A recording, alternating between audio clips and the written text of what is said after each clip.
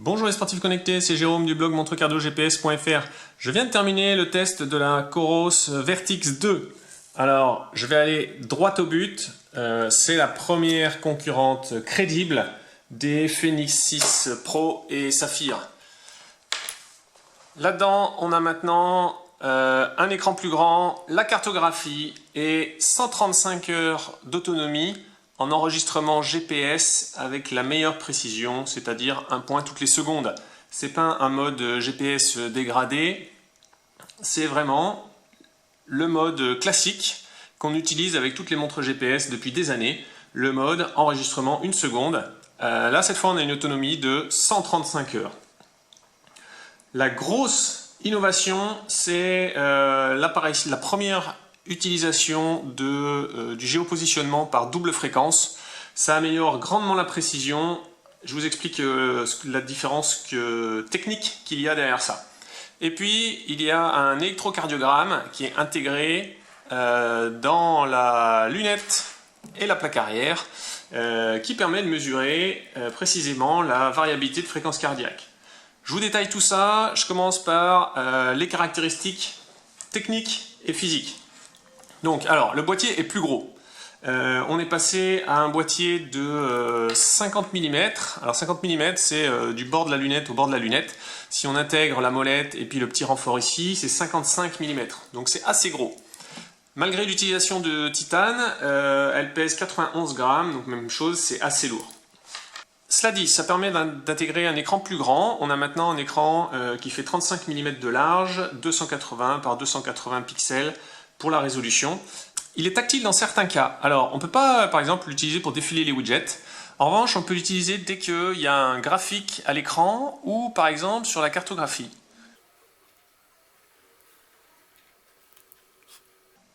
Et ça, je trouve que pour bouger sur la cartographie, c'est quand même un gros avantage. C'est quand même bien plus pratique que d'utiliser les boutons. Bien évidemment, on peut le verrouiller. Le boîtier est étanche à 100 mètres. On a des bracelets de 26 mm de large qu'on peut détacher très facilement. La puce GPS est compatible GLONASS, Galileo, Beidou.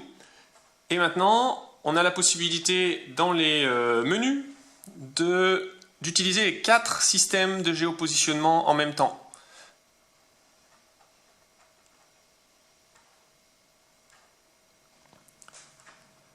Donc on a tout d'abord le GPS seul, ils l'ont appelé GPS standard.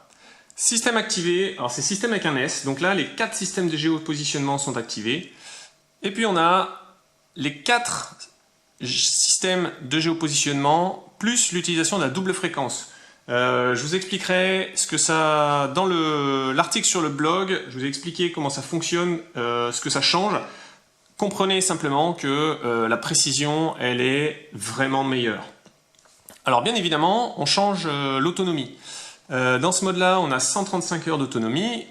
Si on passe là, on augmente un petit peu la qualité de réception et on tombe par contre à 90 heures d'autonomie. Et avec la précision la meilleure, on est à 50 heures d'autonomie. On a au dos un capteur cardio qui fait également capteur d'oxygénation sanguine, le SpO2. Et puis donc la nouveauté, c'est un électrocardiogramme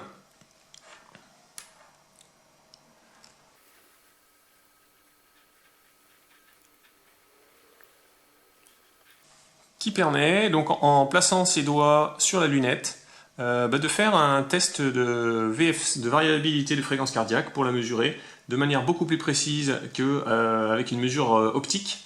Il suffit d'1 minute.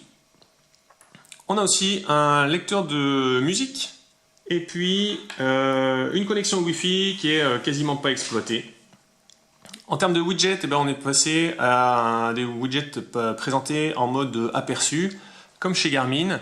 Donc on a d'abord une information synthétique et puis si on clique on peut avoir la présentation sur la semaine en graphique ou avoir plus de données.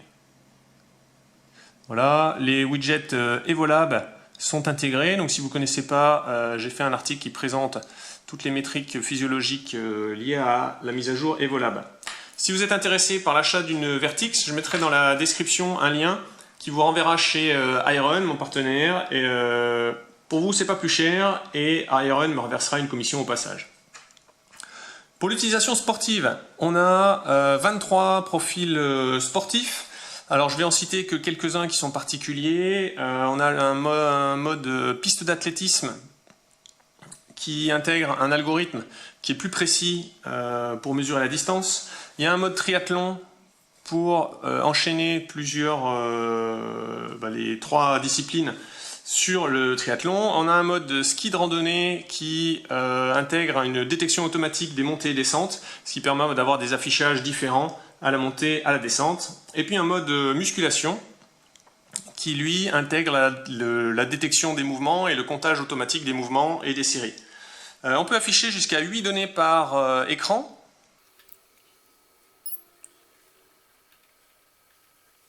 Ce qui donne ça, ce qui est assez lisible maintenant que l'écran a été agrandi.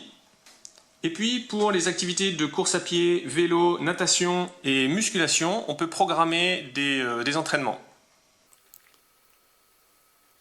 Donc on les retrouve ici, et puis on peut voir le déroulé de l'entraînement. On peut programmer des entraînements à la puissance, sans problème. Alors, en termes de métriques physiologiques, on retrouve la détection de la fréquence cardiaque seuil, on a le training effect aérobie, anaérobie, la charge d'entraînement, le VO2 max, donc soit sur la montre, sur les widgets, soit avec des évolutions dans le temps sur l'application. En termes de puissance, pour ceux qui s'entraînent à la puissance, eh bien, la Vertix 2 est compatible avec le capteur de puissance Stride, mais il y a aussi le calcul de la puissance au poignet. Donc en fait, sans acheter aucun capteur additionnel, vous pouvez tout à fait utiliser la puissance avec la montre seule. Je trouve que c'est une bonne façon de découvrir ça, de faire des essais, de voir si ça convient à votre entraînement et si vous voulez adopter la puissance pour votre entraînement ou si vous voulez rester sur une autre méthode. Ensuite, on va passer au gros truc. Le gros truc, c'est la cartographie. Donc on a une cartographie du monde entier, sur lequel on voit les routes, les chemins ne sont pas hyper bien représentés parce qu'ils sont tous blancs. Et puis on a les courbes de niveau. Alors, la carte, elle n'est pas routable, donc c'est-à-dire que la montre seule ne pourra pas créer un itinéraire pour aller quelque part. Ensuite, vous ne pouvez pas non plus créer un itinéraire depuis l'application Coros. Donc là, il faut passer par une autre application, faire un transfert, un export, une intégration, une importation dans l'appli, et ensuite vous retrouverez les itinéraires dans la montre. Pour tout ça, vous verrez beaucoup plus de choses sur le blog, notamment plus de photos de la cartographie, l'utilisation du suivi d'itinéraire, et puis l'étude de la précision du GPS, précision du cardo et précision de l'altimètre. Donc je vous mettrai dans la description le lien vers le test sur le blog où vous aurez tous ces détails. En termes de suivi quotidien, on a quelques widgets. On a le suivi du nombre de calories dépensées, le nombre de minutes de sport, le nombre de pas, nombre d'étages, la fréquence cardiaque. Alors là, vous voyez, c'est par exemple le genre d'écran graphique où on peut utiliser le tactile pour se déplacer. Le suivi du sommeil, qui est assez basique. Alors sur la montre, on n'a que la durée. Sur l'application, on a un petit peu plus de choses. On a notamment une répartition des phases de sommeil, mais il n'y a quand même pas grand-chose. Et en revanche, ce qui est très intéressant, c'est donc la variabilité de fréquence cardiaque qu'on peut faire par un petit test grâce à l'électrocardiogramme. Et pour ça, j'ai fait un article complet sur l'utilisation de la variabilité de la fréquence cardiaque.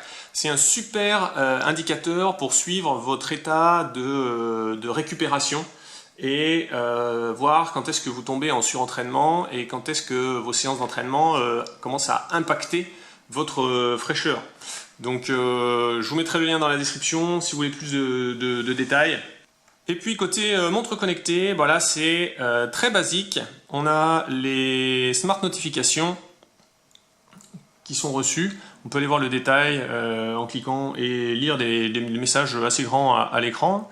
Et puis on a un lecteur de musique, alors pour l'instant qui est assez basique, puisque il ne fonctionne qu'avec des morceaux MP3 transférés dans la montre. Donc on les transfère avec le câble USB depuis un ordinateur dans la montre, et puis ensuite on peut y accéder soit en montre comme je l'ai fait là depuis la watch face, soit lors d'une séance de musique.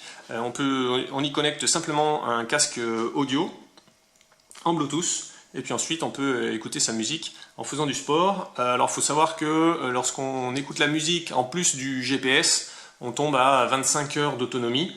Ça paraît pas grand chose, mais ça reste le record du marché de loin, puisque la deuxième montre qui a le plus d'autonomie avec lecteur de musique, elle est à 15 heures, donc là on est à 25 heures. Par contre, pas d'application comme Deezer ou Spotify, donc si vous avez plus de MP3 sur votre ordinateur, eh ben, c'est cuit, vous n'allez pas pouvoir faire grand chose. Pour conclure, je pense que c'est une montre qui est très réussie. C'est à mon avis la première montre qui a de quoi faire hésiter des gens qui se seraient naturellement tournés vers une Fenix 6. Alors c'est pas encore aussi léché qu'une Fenix 6, notamment en termes d'outils de navigation qui s'appuient sur la carto. Ici on est vraiment sur la carto qui est en fait un fond de carte, donc on a un fond de carte à l'écran, ça aide à l'orientation, mais il n'est pas exploité pour créer des itinéraires, se déplacer et avoir des outils qui s'appuient sur une carte routable. En revanche, le hardware, il laisse la place encore à pas mal d'évolutions. Je vous les ai dit, le Wi-Fi, il est peu exploité. L'électrocardiogramme, je pense qu'il y a d'autres choses à faire en plus d'exploiter la variabilité de fréquence cardiaque. Cela dit, c'est une très bonne idée pour les sportifs, puisque ça rend la mesure plus précise. Et puis, on le sait, hein, Coros a une politique où ils font des mises à jour sur leur modèle pendant assez longtemps. Donc là, c'est un petit pari sur l'avenir qu'on fait. Si on s'oriente vers une Coros Vertix 2 plutôt qu'une Phoenix, c'est de voir des mises à jour arriver, alors que la Phoenix 6, eh bien, elle devrait être remplacée par une Phoenix 7 dans assez peu de temps.